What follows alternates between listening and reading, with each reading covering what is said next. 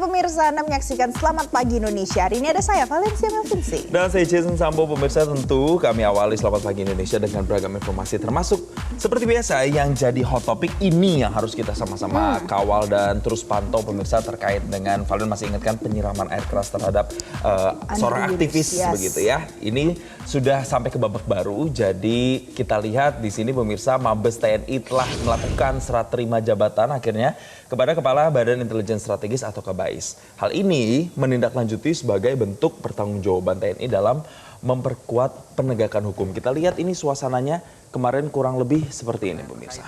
Progres penyelidikan yang dilakukan TNI terkait kasus penyiraman aktivis Kontras Andri Yunus sudah sejauh mana Pak sampai saat ini?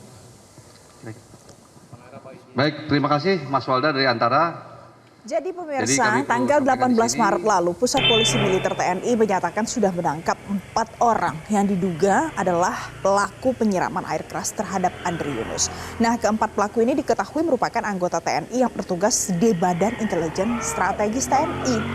TNI menegaskan akan menindak tegas setiap prajurit yang melakukan pelanggaran hukum. Dan sanksi ini diberikan melalui peradilan militer, hukuman disiplin, sampai dengan pemberhentian dengan tidak hormat. Kalau begitu kita akan simak apa yang disampaikan oleh Majen TNI Aulia Dwi Nasrullah, Kapuspen TNI berikut ini. Jadi kami perlu sampaikan di sini sebagai bentuk pertanggungjawaban, hari ini telah dilaksanakan penyerahan jabatan KBAIS. Terima kasih. Sementara itu pemirsa, di hot topic berikutnya kita akan update terkait dengan Presiden Prabowo Subianto yang menggelar rapat bersama dengan sejumlah Menteri Kabinet Merah Putih pemirsa. Di mana rapat ini digelar di kediaman pribadi Presiden di Hambalang. Dan kalau dari visual yang terlihat, Presiden Prabowo ini meminta percepatan proyek Waste to Energy atau pengelolaan sampah jadi energi, khususnya di kota-kota besar di Indonesia. Sementara itu Kepala BPI dan Antara juga melaporkan perkembangan program pengelolaan sampah menjadi energi di seluruh Indonesia, khususnya di kota-kota besar dan padat penduduk, seperti misalnya Jakarta, Tangerang, Bandung, Semarang, Surabaya, dan juga Bali. Sementara kalau menurut Seskap Teddy, program Waste to Energy ini diharapkan nantinya bisa jadi solusi strategis dalam mengatasi persoalan sampah yang selama ini belum tertangani secara optimal. Nah, selain itu pemirsa, program ini akan mendukung penyediaan energi alternatif yang berkelanjutan. Nanti kita akan lihat apa arahan selanjutnya terkait dengan waste to energy ini.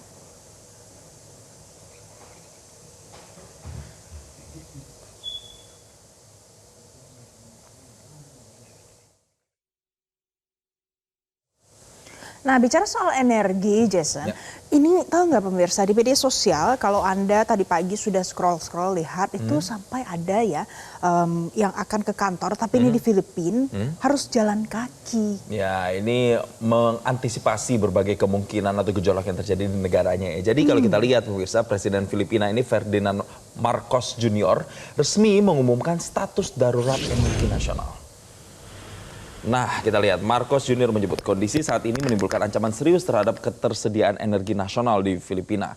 Dan status darurat yang ditetapkan ini akan berlaku selama 1 tahun ke depan bahkan.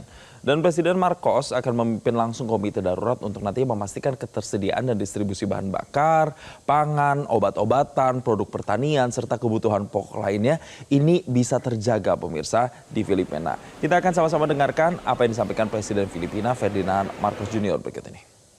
So we are now providing 10,000 subsidy for each bus unit.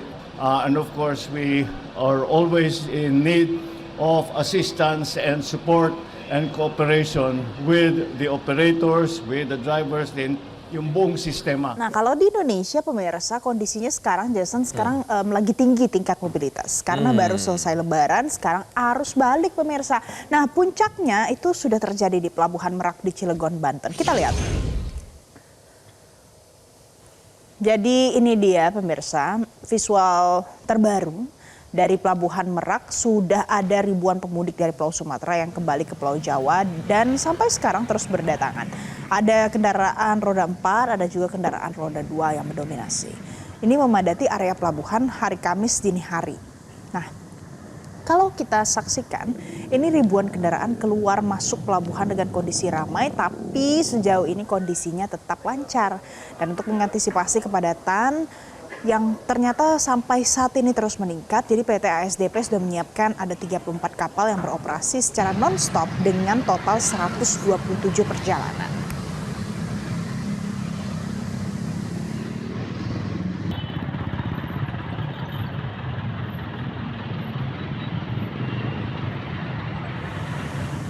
Nah, kalau tadi yang kita saksikan sama-sama adalah Pelabuhan Merak. Kalau begitu kita juga akan pantau situasi terkini arus balik di Pelabuhan Bakauheni Lampung. Kita bergabung bersama dengan rekan jurnalis Metro TV, Enrik Tera dari sana. Selamat pagi, Tera. Jadi apakah sudah terlihat lonjakan kendaraan di Pelabuhan Bakauheni sampai dengan saat ini? Selamat pagi Jason, Valen dan juga pemirsa. Dapat kami sampaikan bahwa pada pagi hari ini di Pelabuhan Bakauheni Lampung kondisinya terpantau sepi. Dan kami coba akan menunjukkan visual terkini di Dermaga 7 dan juga di Dermaga 1 kepada Anda bahwa bisa dilihat saat ini kantong-kantong parkir yang ada di Dermaga 7 maupun juga di Dermaga 1 tidak ada mobil yang sedang mengantri. Dan untuk informasi saat ini para kendaraan roda 4 maupun juga roda 2 saat ini itu akan masuk ke Dermaga 6 melalui kapal SMS Sagita yang sudah baru menyandar beberapa menit yang lalu.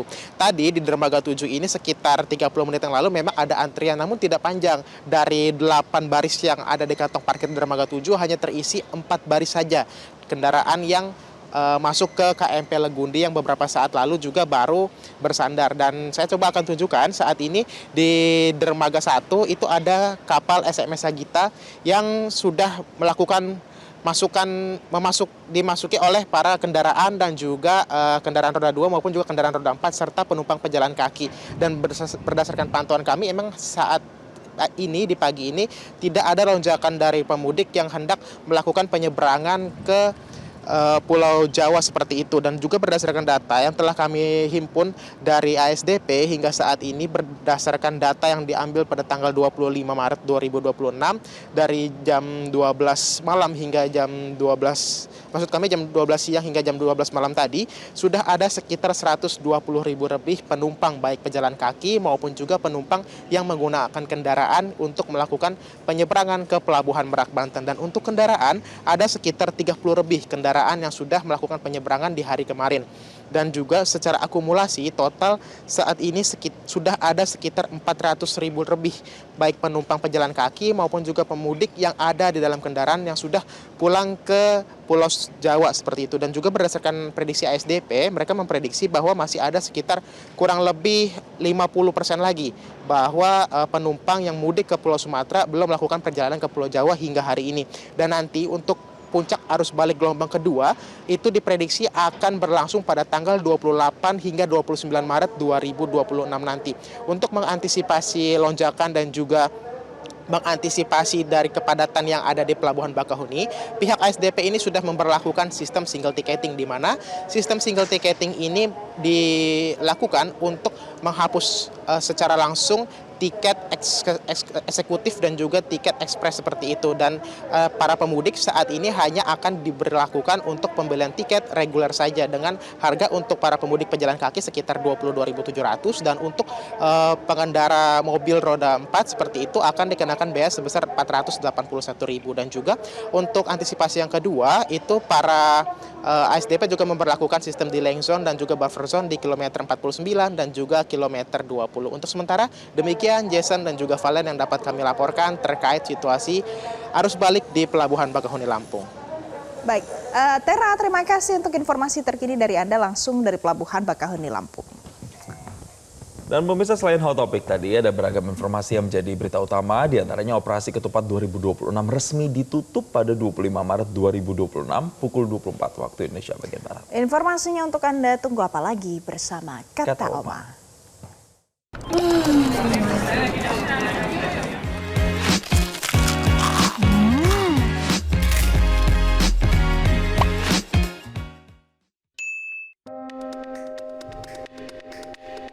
Bagi Anda pencinta buku, pasti tidak asing dengan pameran buku yang begitu populer dan dinantikan, Big Bad Wolf. Tahun ini menjadi tahun ke-10 kehadiran Big Bad Wolf di Indonesia. Big Bad Wolf akan kembali menyelenggarakan pameran di berbagai kota, salah satunya di Makassar pada tanggal 2 April hingga 12 April 2026. Kebijakan work from home atau WFA bagi aparatur sipil negara belum resmi diberlakukan. Meski begitu, Kementerian Sosial mengaku sudah mulai merancang dan mensimulasi skemanya, termasuk kemungkinan penerapan 1 hari WFA dalam sepekan sembari menunggu aturan resmi dari Kementerian Pan-RB. Operasi Ketupat 2026 resmi ditutup pada 25 Maret 2026 pukul 24 waktu Indonesia bagian Barat. Operasi yang berlangsung selama 13 hari sejak tanggal 13 Maret 2026 ini mengukir sejumlah catatan baik saat arus mudik maupun arus balik.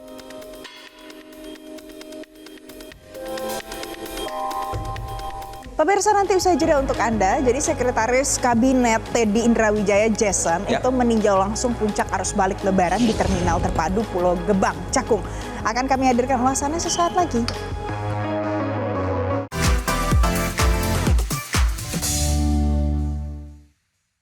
Didukung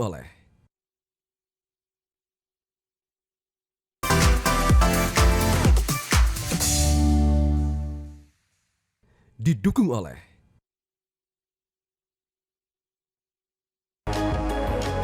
Pemirsa, terima kasih Anda masih bersama kami di Selamat Pagi Indonesia. Sekretaris Kabinet Teddy Indrawijaya bersama dengan Menteri Perhubungan Budi Purwagandi meninjau langsung puncak arus balik Lebaran di Terminal Terpadu Pulau Gebang di Cakung, Jakarta Timur. Informasinya tunggu apa lagi bersama Kata Oma.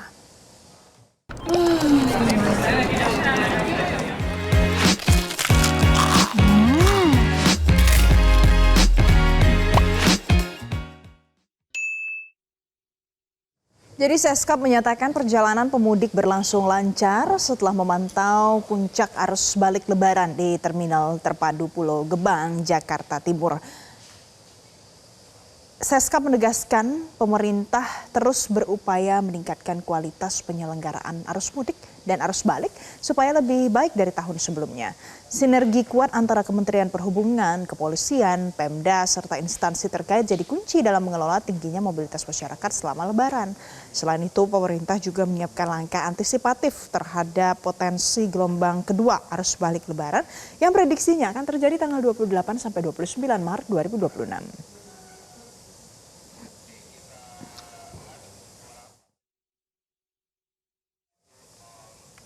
Dan pemirsa, karena saat ini sudah masuk fase arus balik mudik Lebaran 2026, kondisi lalu lintas di gerbang tol Cikampek Utama pagi ini terpantau ramai lancar, walaupun sistem one way nasional sudah dihentikan. Sementara itu saya nanti akan ajak Anda juga kita lihat bagaimana kondisi terkini di Stasiun Pasar Senen, Jakarta yang ternyata sudah mulai dipadati oleh pemudik. Ada jurnalis Metro TV Adinda Vinka di gerbang tol Cikampek Utama dan juga ada Ifda Amal di Stasiun Pasar Senen. Saya mau ke Vinka terlebih dahulu. Vinka, selamat pagi. Jadi bagaimana kondisi lalu lintas di gerbang tol Cikampek Utama pagi ini, Vinka? Valen dan juga pemirsa, berdasarkan pantauan kami hingga dengan pada pagi hari ini tepatnya berada di depan gerbang tol Cikatama yang dimana pada pagi hari ini terpantau masih ramai lancar baik dari arah Palimanan menuju ke Jakarta maupun dari arah sebaliknya. Yang memang gerbang tol Cikatama ini yang menghubungkan dari arah Jakarta menuju ke Jawa dan sekitarnya maupun sebaliknya. Dan juga berdasarkan prediksi untuk puncak arus mudik ini dibagi menjadi 2 gelombang. Untuk gelombang pertama ini pada tanggal 23 sampai dengan 24 Maret 2026. Dan untuk gelombang 2 ini dibagi menjadi 2 hari, yaitu tanggal 28 dan juga 29 Maret 2026. Dan juga untuk puncak arus balik mudik ini kami mendapatkan data dari Jasa Marga untuk tanggal 23 Maret ini sudah terpantau sekitar kurang lebih 75.000 kendaraan, dan untuk tanggal 24 Maret 2026 sudah terpantau sekitar 106.000 kendaraan. Kakor-Lantas beserta stakeholder terkait ini sudah menyiapkan skema rekayasa rencana lalu lintas yang sudah dipersiapkan dan juga sudah dilakukan. Pada contohnya yaitu pada hari kemarin, yaitu pada tanggal 24 Maret 2026 sampai dengan 25 Maret 2026 ini sudah dilakukan sistem one way nasional yang dimana sudah diberhentikan pada tanggal 25 Maret 2026 pada pukul 11 siang waktu Indonesia bagian Barat. Sementara itu diberlanjutkan untuk sistem rekayasa lalu lintas sampai dengan pagi hari ini, yaitu one way sepenggal. Ini dari arah kilometer 263 gerbang tol Brebes Barat sampai dengan kilometer 70 gerbang tol Cikatama, yang dimana memang rencananya ini juga akan terus diberlakukan sampai juga melihat apakah arus volume kendaraan ini akan sampai kondusif sampai nanti di akhir puncak arus Lebaran. Dan kami himbau bagi Anda yang nanti akan melakukan arus balik, dimohon untuk tetap berhati-hati dikarenakan kondisi cuaca pada pagi hari ini mendung dan juga sedikit gerimis. Demikian, Valen, kembali ke Anda di studio. Baik, Vinka, terima kasih untuk informasi terkini dari Anda. Selanjutnya pemirsa, ada Ifdal dari Stasiun Pasar Senen, Jakarta. Ifdal, selamat pagi. Jadi bagaimana situasi arus balik di Pasar Senen?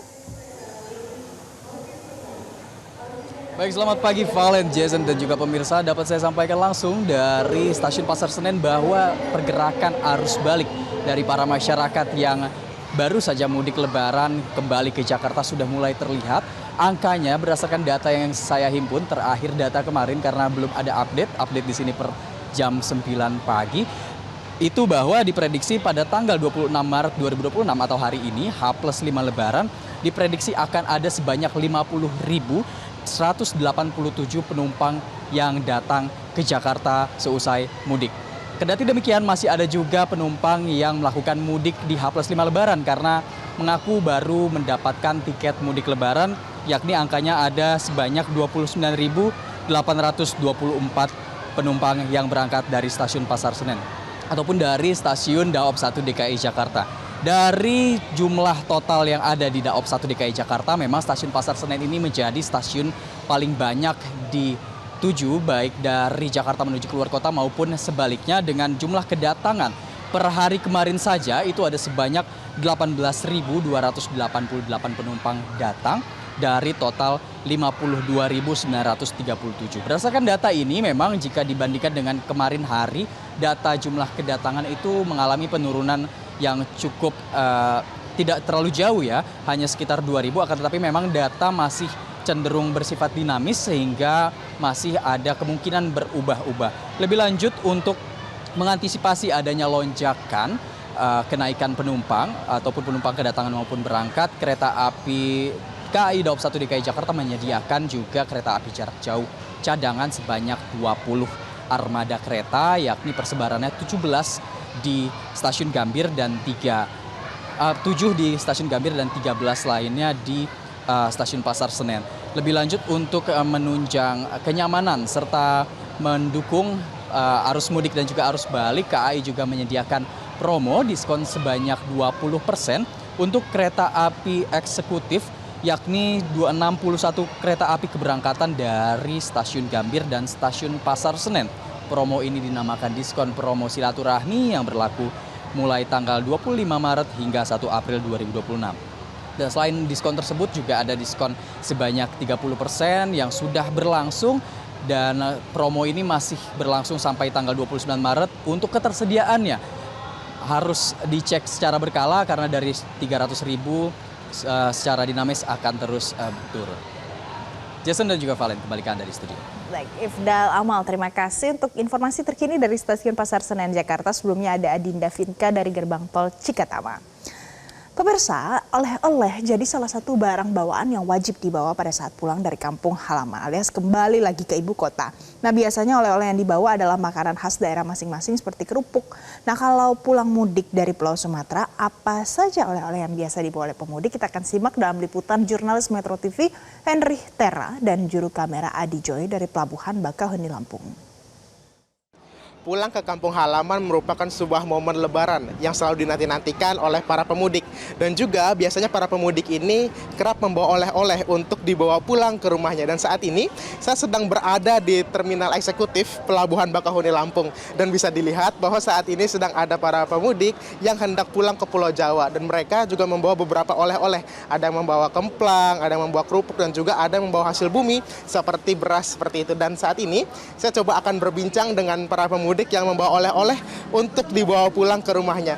Selamat pagi Ibu, Kakak. Kakak dan Ibu ini habis pulang kampung dari mana? Oh, saya dari Penyandengan, Tanjung Lobo. Iya. Kakaknya dari? Dari Palembang. Ini sama, kakak juga dari Palembang. Oke. Oh, satu bis. Nah, kira-kira kakak sama ibu nih apa nih oleh-oleh yang dibawa untuk teman-teman maupun juga keluarga yang ada di Jakarta? Boleh dibantu jelasin nggak? Berhubung kita dari Palembang, terutama empempe, kerupuk, kemplang, gitu. Itu aja sih. Pasti yang dibawa empempe sama kemplang ya?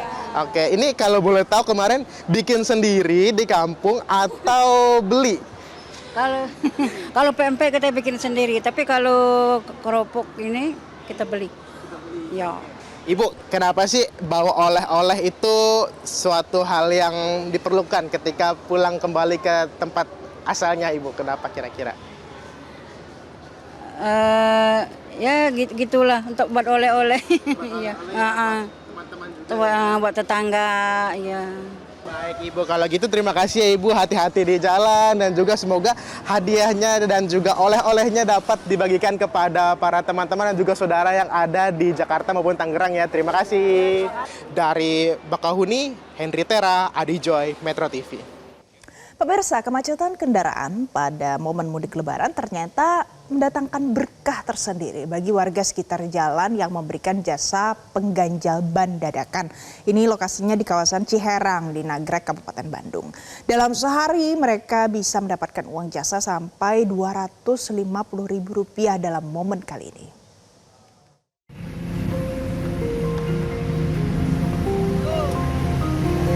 Seperti inilah situasi kemacetan kendaraan di Tanjakan Ciherang, Nagrek, Kabupaten Bandung, Jawa Barat.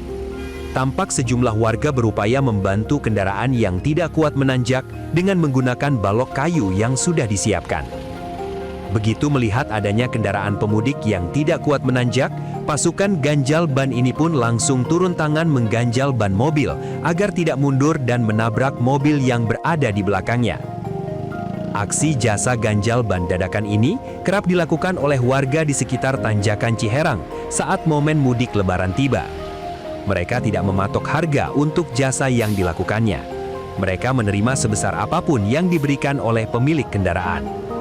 Dalam sehari, para pengganjal ban ini mengaku bisa mendapatkan uang sebesar Rp250.000 untuk jasa membantu kendaraan yang tidak kuat menanjak di Tanjakan Ciherang. Warga sekitar di daerah sini bila mana macet gitu kan, kalau ada mobil yang nggak nanjak bisa bantuin, kadang dorongin. Itu saat arus balik dan mudik itu biasanya dapat berapa per hari?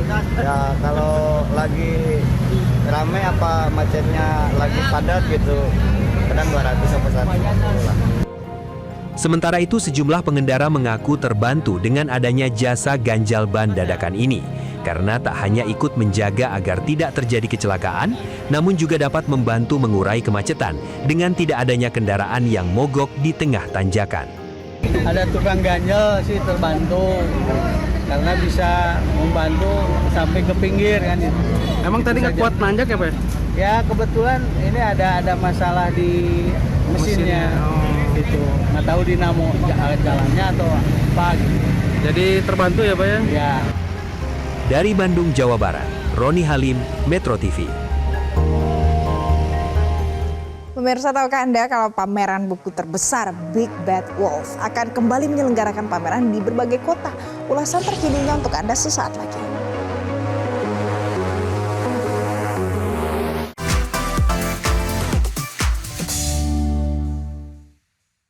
Didukung oleh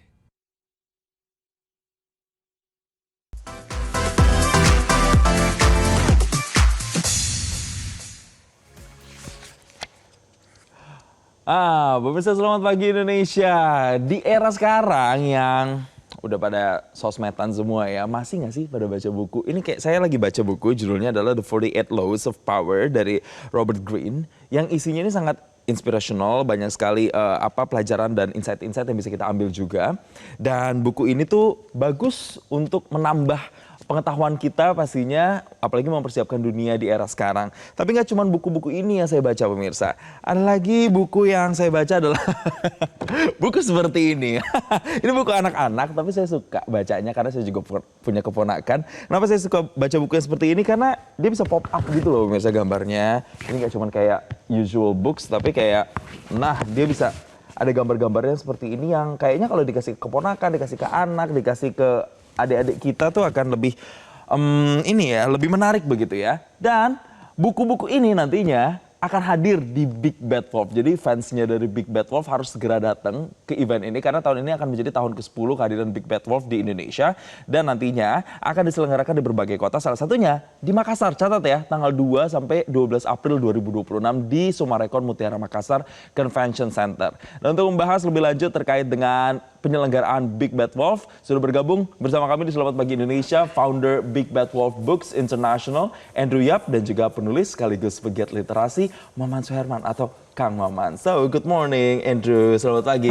Morning. Maman. Hi. Thank you for being here and join us in Metro TV. First of all, I would like to ask you, Andrew, this is very interesting because the readers can't wait to see and can't wait to experience again Big Bad Wolf here in Indonesia. How does it feel to be back again, to be able to bring back this event to Indonesia? Oh, it feels amazing. 10 years here, when I look back at the first time that we come here, we didn't know what to expect. We were so scared coming out of Malaysia for the first time. The journey has been amazing. Every time when we are back in Indonesia, the support that we get from the public is very overwhelming, so it's always exciting. Ya, ini selalu menyenangkan ya kalau kata tadi Andrew bahwa 10 tahun ada di Indonesia, mereka ini dari Malaysia membawa event ini, support atau dukungan dari masyarakat itu terus mengalir ya untuk kesuksesan dari Big Bad Wolf dan ternyata banyak orang yang juga merasakan dampaknya dan mereka juga excited untuk menyelenggarakan ini di Indonesia. Kalau ke Kang Maman, Kang, jadi ini akan ada di Makassar. Kang Maman kan juga aktif ya bagi-bagiin buku. Dan itu tanah kelahiran saya. Yes, itulah. Gimana Kang sebagai pegiat literasi, terus ada event ini di tanah kelahiran seorang Kang Maman? Tidak terasa ya, 1 dekade ya, 10 tahun. Saya mengenal BBW dari 2016 ketika di AISBSD. Lalu kemudian waktu itu mimpi saya jangan cuma di Jakarta, tapi datang ke berbagai kota di Indonesia dan ternyata salah satu daerah kelahiran saya, Makassar, menjadi salah satu tempat. Buat saya, pendapat bahwa orang Indonesia malas membaca itu salah besar. Persoalannya soal akses. Jaraknya jauh antara buku dengan manusia. Tiba-tiba BBW menjadi jembatan nih. Untuk langsung menjemput pembacanya di Makassar. Bisa dibayangkan, saya kalau ngirim buku, saya beli buku 1 juta di Jakarta, saya kirim ke Makassar, itu saya harus membayar 1 juta juga. 2 juta. Nah sekarang BBW datang dengan uang 1 juta saya dapat buku senilai 2 juta. Nah ya jauh banget begitu ya. Terasa banget. Gapnya terasa sekali. Jadi jangan sampai itu dilewatkan gitu loh. Itu yang paling saya rasakan dan saya berharap teman-teman saya di Makassar yang sudah sangat suka dengan festival-festival buku. Di sana ada Makassar International Writers Festival yang setiap hari ribuan orang datang. Nih datang nih. Ada event 10 hari nih, 2 sampai 12. Ya. Dan saya selalu bilang BBW itu saya selalu bercandanya gini. Apa itu Kang? BBW itu ya tempat belanja buku berbahasa West, berbahasa Barat, berbahasa Inggris yang paling murah ya ke tempat ini. Iya ya, karena semuanya banyak, jenis-jenisnya juga banyak begitu ya. Buku yang tadi yang pop up. Oke, buku pop up ini juga banyak itu apalagi untuk anak-anak ya. Dengan 1 juta paling kita cuma dapat 5. Nah itu, tapi begitu kalau di BBWF sini, bisa 2 kali lipat, 3 kali lipat. bisa lebih banyak lagi ya. So back to you, Andrew. This year marks 10 years of Big Bad Wolf here in Indonesia. So from your point of view, how have you seen it influence and encourage people to have reading habits in their life? I see a huge difference because when we first came here, many people didn't know what to expect. And from the first year to the 10th year, when we look at the data of what our customers are buying, they are growing, and especially on fiction. Fiction is now very big. When we first started coming here, a lot of children books, the board books like you showed. And then we realized that now a lot of young adult books and younger reading books, for 12 years old to 18 years old are all moving very fast. And we found out that the kids that come to the event 10 years ago, and after 8 years, 10 years, they become young adults, and they are continuing the journey to reading.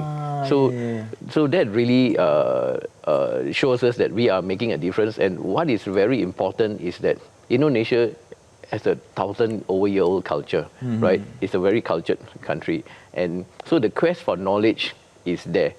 And imagine the amount of knowledge there are in books, right? And how we can build a knowledge-based society through the books. And that is what we want to achieve. Oke, jadi kalau kata Andrew tadi misalnya pemirsa, kalau orang datang ke BBW misalnya 10 tahun lalu, mereka mungkin masih anak-anak, tapi kemudian 8 tahun atau 10 tahun kemudian mereka datang lagi, mereka tuh akan melanjutkan cerita begitu pemirsa dari buku-buku yang mereka juga baca begitu. Dan karena Indonesia ini banyak juga budayanya, semoga ini bisa jadi base-nya begitu pemirsa, jadi dasar untuk bisa mengembangkan budaya lagi. Tapi kita masih akan bahas terkait dengan penyelenggaraan BBW dan apa sebenarnya misinya, karena misinya ini sangat bagus pemirsa, yakni changing the world one book at a time. Apa maksudnya, apalagi di tengah dunia yang sudah lekat sekali dengan dunia digital. Saat lagi kami hadirkan di Solo ini.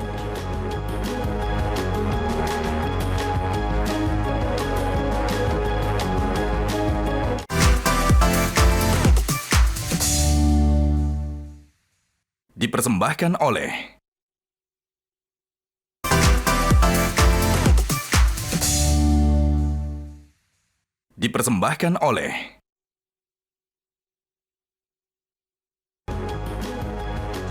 Pemirsa, misinya dari Big Bad Wolf ini selama 10 tahun ini bagus, changing the world one book at a time.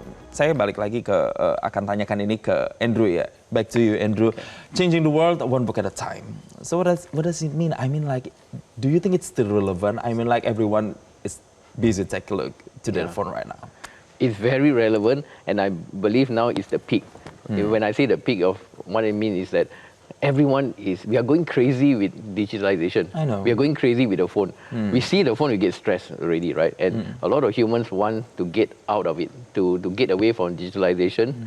So they travel, and books is also one of the main things that people are going to relax, to wind down and getting away from digitalization. So it is very trending, but the issue is there are not enough books. And like what Pak Maman said is, the accessibility of books is not there. And so we are here trying to address that issue. It is very relevant. And every parent know that too much digitalization for the kids are not good.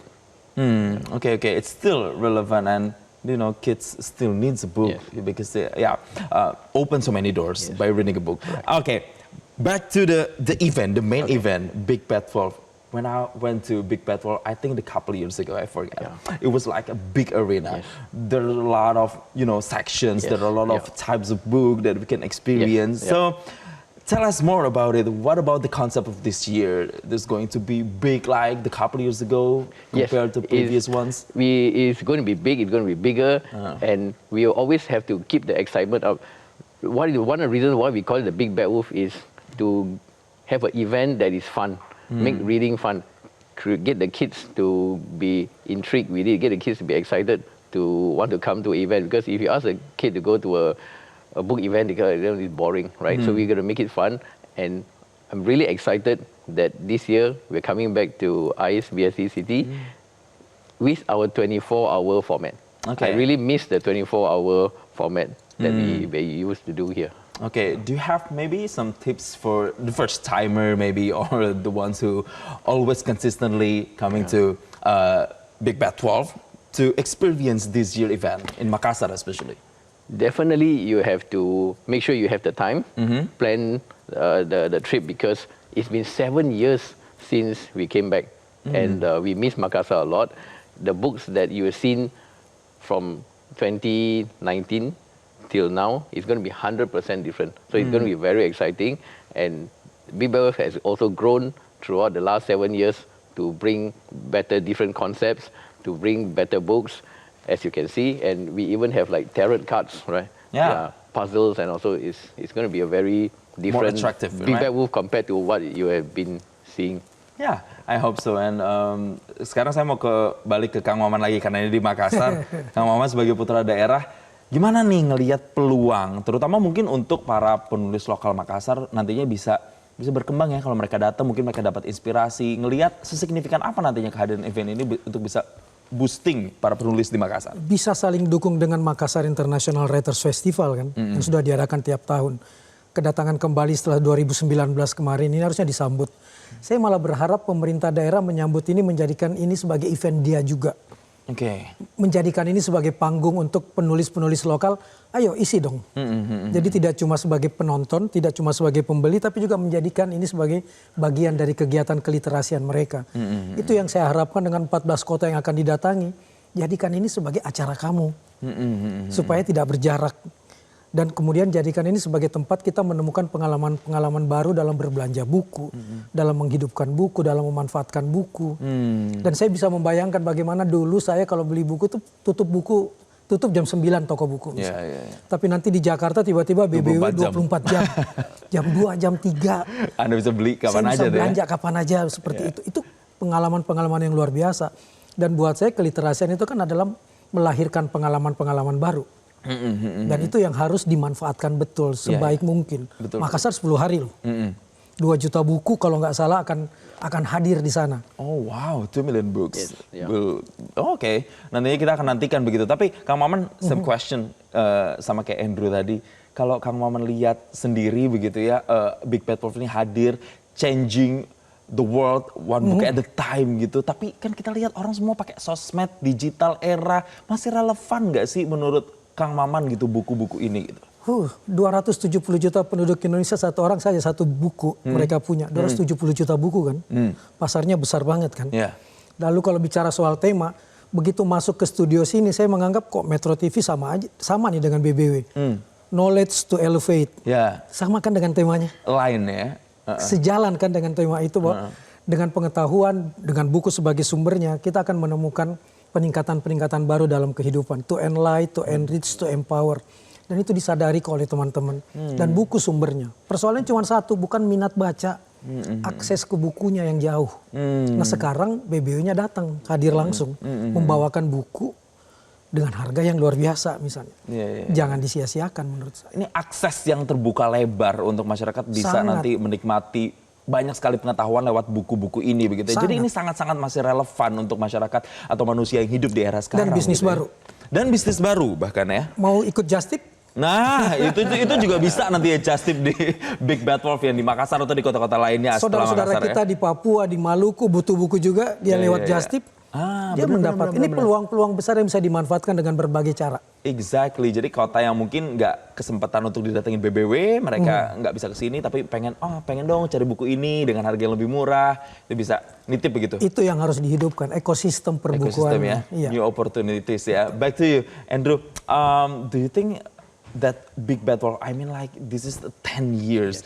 It's not a short journey, but it's very long journey and it requires consistency here in Indonesia. Do you see the excitement every cities that the BBW has come to every cities in Indonesia? Yes, definitely. Every event, we have at least 30 to 40% new customers. And the rest are all the repeat customers. So it shows that people still want to read, they still come back, and we are attracting new customers.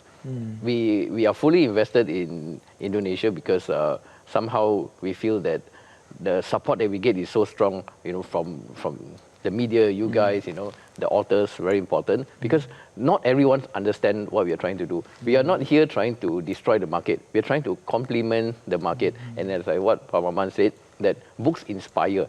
So, yes, we are selling English books, right? But when they see a different way of writing, they see a different way of how a story is told, right? Or how a book is produced, and we inspire even the local authors to come out of the box and do something new, do something different, right? And how the Western world does it. So many angles that what BBW does. It's not just selling English books, selling cheap books, but we are here to inspire, and we also have a big team now. When we first started, we didn't have a team. We only have 1 or 2 people that we hire, but now I think we have almost like 30, 40 full-timers, and we have a warehouse in Jakarta now. That's why this year we are planning out 14 different cities. Yeah. If I take a look the cities that put on the list, the previous one were Pekanbaru, and then Surabaya, and then shortly we'll begin in Makassar, Jakarta, and after that so many cities. Do you think that why you should do this Big Bad Wolf this year in many cities? Yeah. So we are a mission-based company, and we want to change the world through books. We feel that the smaller cities are more important than the big cities, because the smaller cities do not get the opportunities like what the big cities get. Whether is it libraries, is it job opportunities, right? So it is our duty to bring BBW to the smaller cities. We might not make money. We just hope that we don't lose money. And if we make some money in the bigger cities, the money will be taken to support the smaller cities. Okay, I see. So it's not just always about profit. No. It's a mission-based business. So it's the people first before profit. Nah, there's a mission in it. Balik lagi ke Kang Maman. Senang saya dengar misinya. Misinya tuh kan bagus banget ya Buat tadi. saya mulia karena kita selalu dibikin iri oleh membikin iri orang-orang daerah. Kita gampang betul mendapatkan buku di sini. Benar. Sementara di daerah susah kan. Ada satu provinsi bahkan tidak ada toko bukunya. Bukan cuma satu provinsi. Benar. Mereka harus beli buku 12 jam perjalanan darat. Dari Sulawesi Barat ke Sulawesi Selatan. Nah kalau ini dijemput langsung, didatangi langsung oleh BBW misalnya, kita akan lihat bagaimana mereka akan bersemangat untuk mendapatkan buku itu. Tapi kalau Kang Maman melihat ini 10 tahun, saya yakin Kang Maman gak hanya datangin tahun ini, tapi saya dari 2016. Dari 2016. Sesignifikan apa sih Kang perubahan yang mungkin Kang Maman lihat mungkin dari skala terkecil misalnya keluarga atau mungkin komunitas buku ketika ada event ini berlangsung secara reguler di Indonesia? 2016 saya lihat Justip mulai muncul. Istilah Justip saya baru kenal di situ. Jujur 2016. Kemudian 2018 saya datang lagi, wow, yang datang keluarga. Orang tua bawa anaknya. Buat saya ini gambaran tentang masa depan ekosistem perbukuan yang bagus. Seperti tadi yang dibilang Andrew, anak hari ini 10 tahun ke depan dia sudah jadi anak SMP SMA dan dia pasti akan ingat kenangan-kenangan seperti ini dan itu menjadi duta-duta kita untuk kegiatan keliterasian. Dan buat saya yang saya memberikan apresiasi dan terima kasih nggak cuma bicara soal Jakarta, tapi juga mau ke daerah. Nggak semua orang berpikir punya nilai sosial seperti itu. Padahal buku sendiri punya nilai sosial yang tinggi. Betul. Jadi jangan sampai kemudian ada ketimpangan itu ada ketimpangan. 14 kota. Mudah-mudahan tahun depan 11, 12, 13 tahun 34, 38 provinsi. Semuanya ada ya? Semuanya ada. Amin. Back to you, Andrew, to conclude this interview. What message you would like to share with the audience, with the the enthusiasts of the books here in Indonesia about this event, about this Big Bad Wolf? I would definitely like to resonate with what he said. The accessibility and the affordability is the key to what we want to do. And we want to make sure that even if we do 30, 40 cities, but my dream is to inspire other people or entrepreneurs that there is a viable market, people want to read. And that we can inspire people to open bookstores. So there will be more bookstores in Indonesia. If there is 100,000 restaurants in Indonesia, there should be 100,000 bookstores. Because if you feed your stomach, you also have to feed your mind, right? So we want to make sure that we are able to support the whole ecosystem by having a warehouse here and like this Just Tips and all. If they see that it is viable, they are making money selling books, then they can open a small bookstore and start. Okay, so I hope this Big Bad Wolf here in Indonesia will be inspiration for a lot of people, especially young adult people here in Indonesia. Karena kita tahu Indonesia akan jadi generasi emas nantinya di tahun 2045 mendatang. Tahun emas buat kita, jadi dengan buku semoga ini bisa jadi fondasi yang baik. So thank you Andrew Yap for sharing with us in Metro TV. Terima kasih juga Kang Maman buat inspirasinya. Jadi jangan lupa pemirsa untuk warga Makassar dan sekitarnya. Sekali lagi nih untuk hadir di event Big Bad Wolf Makassar. Catat tanggalnya 2 April sampai dengan 12 April 2026 di Sumarekon Mutiara Makassar Convention Center. Bawa seluruh keluarga dan sahabat-sahabat Anda, temukan buku-buku menarik hanya di Big Bad Wolf Makassar. Kami masih akan hadirkan informasi menarik lainnya usai jeda Headline News. Tetaplah bersama kami di Selamat Pagi Indonesia. Thank you so much Andrew, it's very inspirational.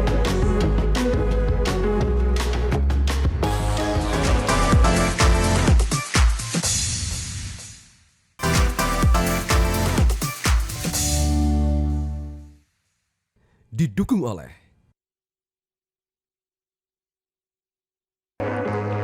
Pemirsa, terima kasih Anda masih bersama kami di Selamat Pagi Indonesia.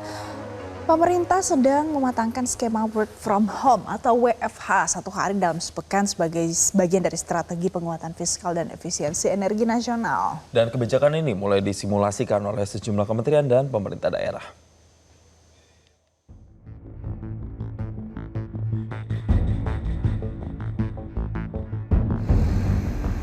Pemerintah kembali mewacanakan kebijakan bekerja dari rumah atau WFH 1 hari dalam sepekan.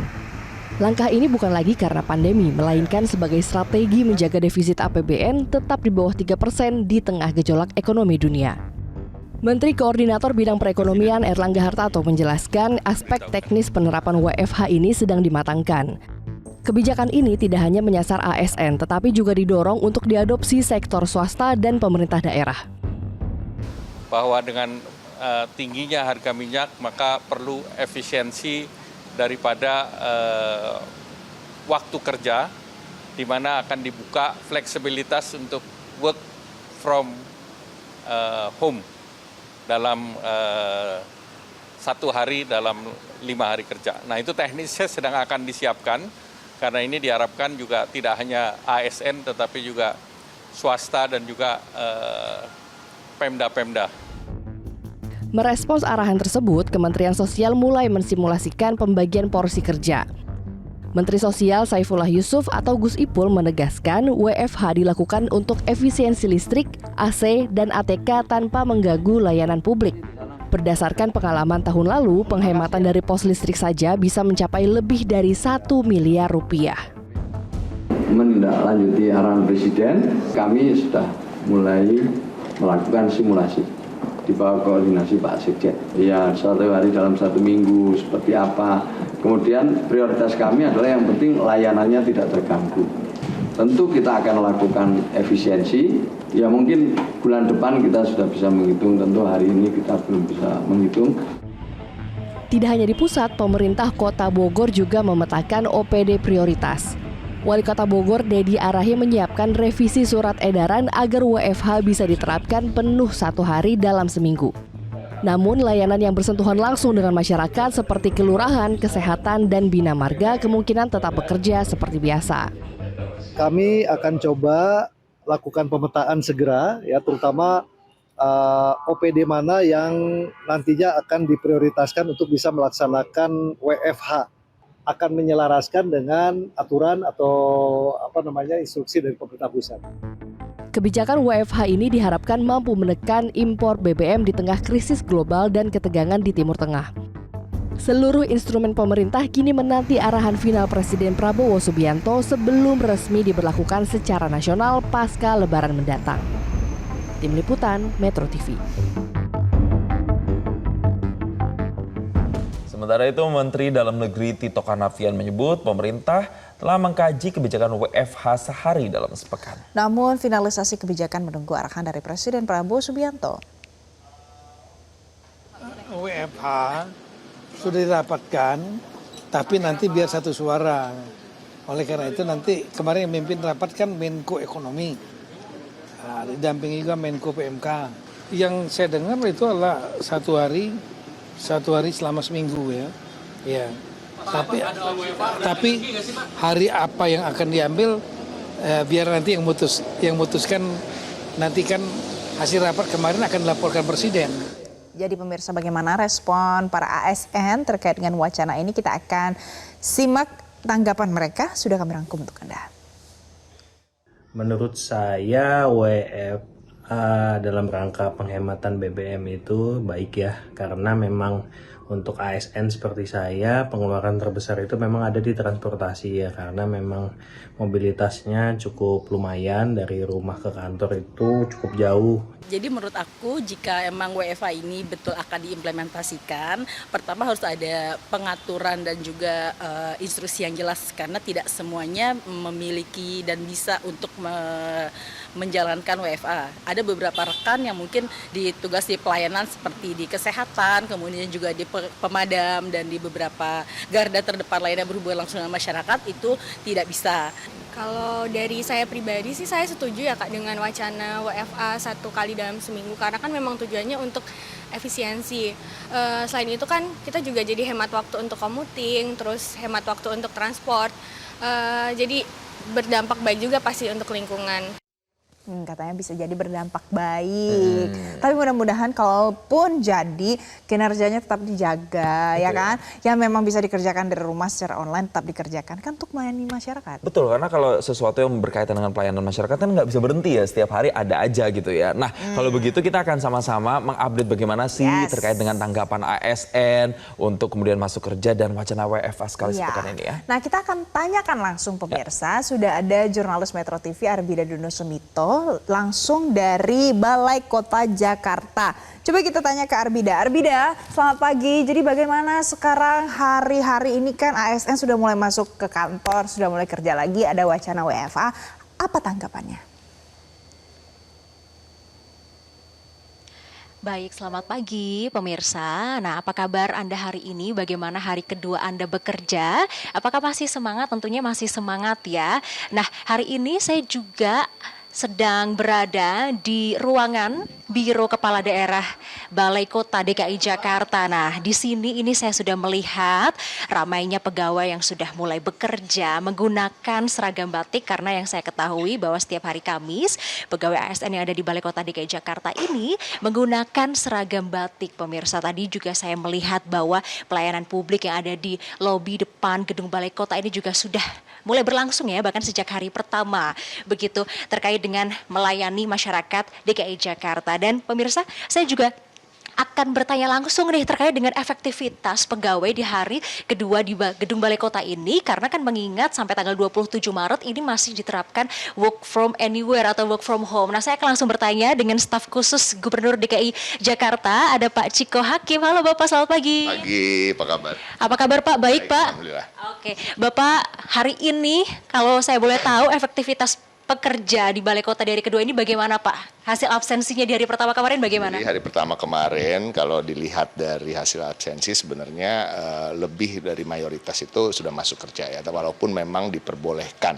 Jadi bukan diwajibkan ya untuk WFA ya, tapi diperbolehkan sampai tanggal 27 untuk WFA atau WFH, work from anywhere atau work from home. Dan tapi kemarin pada hari Rabu kebetulan juga di awal hari itu ada halal bihalal dengan Bapak Gubernur yang dihadiri hampir 3.000 ASN. Jadi kelihatannya pada semangat sih ya masuk kerja untuk betul-betul menghadirkan diri, dan khususnya pada hari ini kita sekarang berada di Biro KDH, Biro Kepala Daerah, salah satu biro yang tidak ada WFH-nya. Jadi memang 100% kehadirannya. Jadi alhamdulillah, namun tentu kita masih menunggu instruksi dari pemerintah pusat terkait dengan kebijakan WFA atau WFH yang akan dikeluarkan untuk penghematan BBM.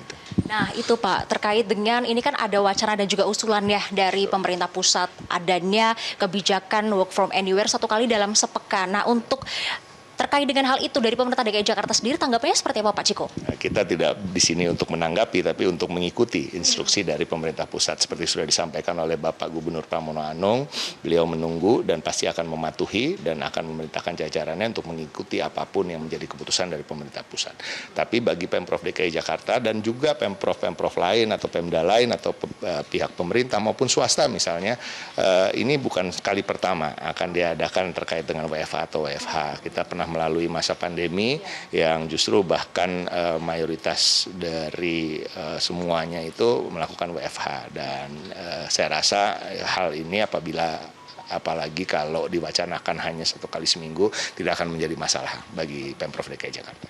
Lalu kalau memang itu benar-benar menjadi kebijakan begitu disetujui oleh Pak Presiden Prabowo Subianto, mekanismenya seperti apa untuk mengawasi produktivitas ASN selama menjalankan WFH tersebut? Saya rasakan sekarang kita memang tanpa WFH atau WFH pun sekarang pekerjaan-pekerjaan itu banyak dilakukan melalui daring online ya. Kita bicara soal misalnya bahkan bukan hanya email tapi juga WA group misalnya. Sekarang kan memberikan instruksi bisa melalui WA group gitu ya. Kita membahas isu-isu melalui WA group. Kita tidak harus selalu ada rapat misalnya, dan kalau rapat pun sering dilakukan melalui via Zoom ya kan, via daring. Jadi ini bukan suatu hal yang seharusnya kita waspadai atau takuti, tetapi yang pasti ya kita meyakini bahwa dalam aturan yang nanti akan dikeluarkan untuk pelayanan-pelayanan yang langsung terhadap publik yang memang harus dilakukan secara tatap muka, ya kan, menerima pengaduan atau melakukan survei misalnya ya, PTSP atau Dinas UMKM yang harus survei, Dinas Pertamanan, itu pasti juga tetap diberlakukan kerja seperti biasa. Jadi untuk pelayanan terkait dengan puskesmas misalnya, itu tentunya nggak akan berdampak ya kan.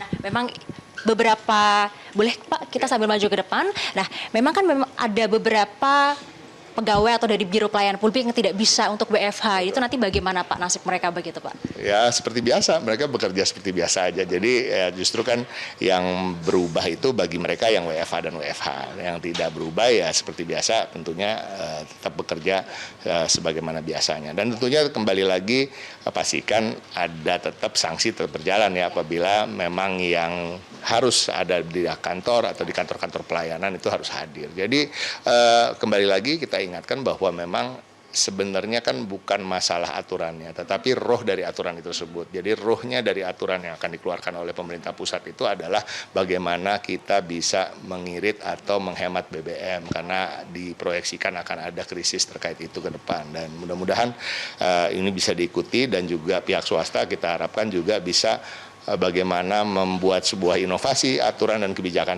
tersendiri untuk kemudian bisa mengikuti ruh daripada penghematan BBM ini. Baik, terima kasih Pak Ciko untuk waktunya hari ini. Semangat selalu ya Pak ya, dan juga untuk pegawai yang ada di sini. Baik, terima kasih. Nah itu tadi pemirsa perbincangan saya dengan staf khusus Gubernur DKI Jakarta Pak Ciko Hakim terkait dengan hari ini efektivitas pegawai bekerja di hari kedua seperti apa. Karena memang terkait dengan wacana kebijakan WFA ini dari Menteri Dalam Negeri Tito Karnavian juga memastikan bahwa wacana penerapan WFA atau WFH ini tidak akan mengganggu jalannya roda pemerintahan begitu, karena skemanya sudah pernah diterapkan pada saat pandemi COVID-19. Mungkin demikian yang dapat kami sampaikan. Kembali ke studio. Baik Arbida, terima kasih untuk informasi terkini dari Anda langsung dari Balai Kota Jakarta. Dan pemirsa, laporan tadi sekaligus mengakhiri jumpa kita di Selamat Pagi Indonesia kali ini. Mewakili rekan-rekan yang bertugas, saya Jason Sambo. Saya Valencia Melvinsi. Berterima kasih atas perhatian Anda. Sampai jumpa.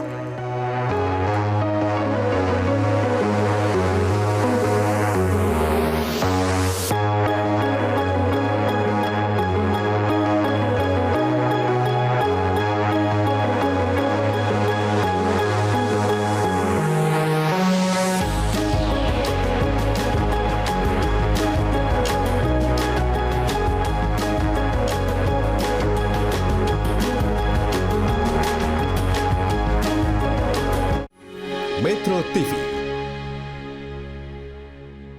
Jelajahi cara baru mendapatkan informasi. Download Metro TV Extend sekarang.